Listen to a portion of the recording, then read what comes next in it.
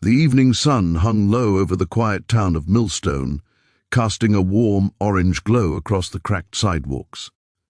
The streets were half empty, except for one corner where a woman stood behind a small wooden cart. Her name was Elena, a single mother who sold apples every day to feed her little boy, Noah. Her hands were rough from work, her clothes simple, and her smile faint but full of love. Every apple she sold was another meal for her child, another step away from hunger. But that day wasn't like the others. That day, Trouble came wearing a designer jacket and a cruel smile. A black sports car screeched to a stop right in front of Elena's cart. From it stepped Dante Morello, the arrogant son of Millstone's most feared crime boss, Don Morello. Everyone in town knew who the Morellos were, untouchable, powerful, and ruthless. Dante took one look at Elena's little apple stand and sneered.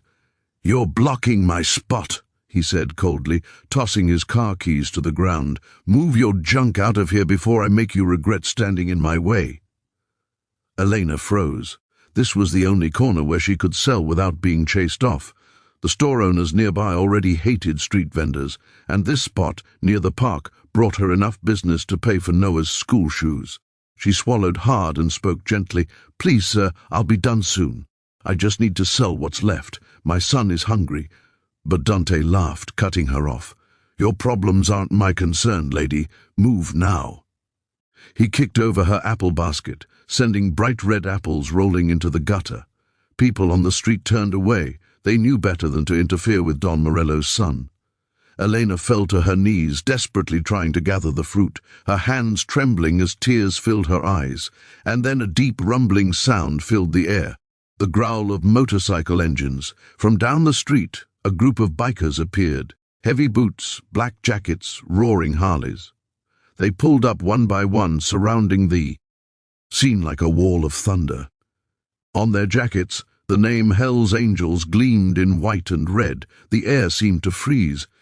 Dante's smirk faltered for the first time.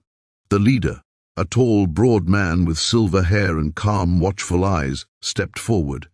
His name was Rex. The crowd whispered. He was known to everyone, both feared and respected. Rex crouched beside Elena, helping her pick up the bruised apples. "Mum," he said softly, "you okay?" Elena nodded shakily, wiping her tears. "I just wanted to sell my apples," she whispered. Rex stood up slowly and turned to Dante. "You did this?" Dante scoffed. "You got a problem, old man? You don't know who I am." Rex's gaze darkened. "Oh, I know exactly who you are," he said. "Your father may own this town's fear, but he doesn't own its respect. You should learn the difference." Dante took a step forward, trying to sound bold. "You think you can talk to me like that? My father will—" But before he could finish, one of the other bikers stepped forward, a massive man with tattoos across his neck. He picked up the fallen apple, wiped it clean, and handed it back to Elena.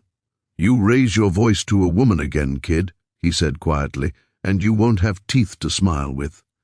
The crowd began to murmur. Phones came out, recording every moment.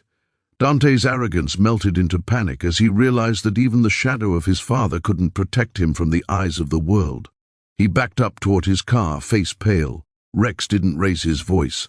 He just looked at him and said, "You walk away right now, leave this lady alone, and tell your father that Millstone's streets still belong to decent people." Dante stumbled into his car and sped off, tires screeching, leaving nothing but silence behind.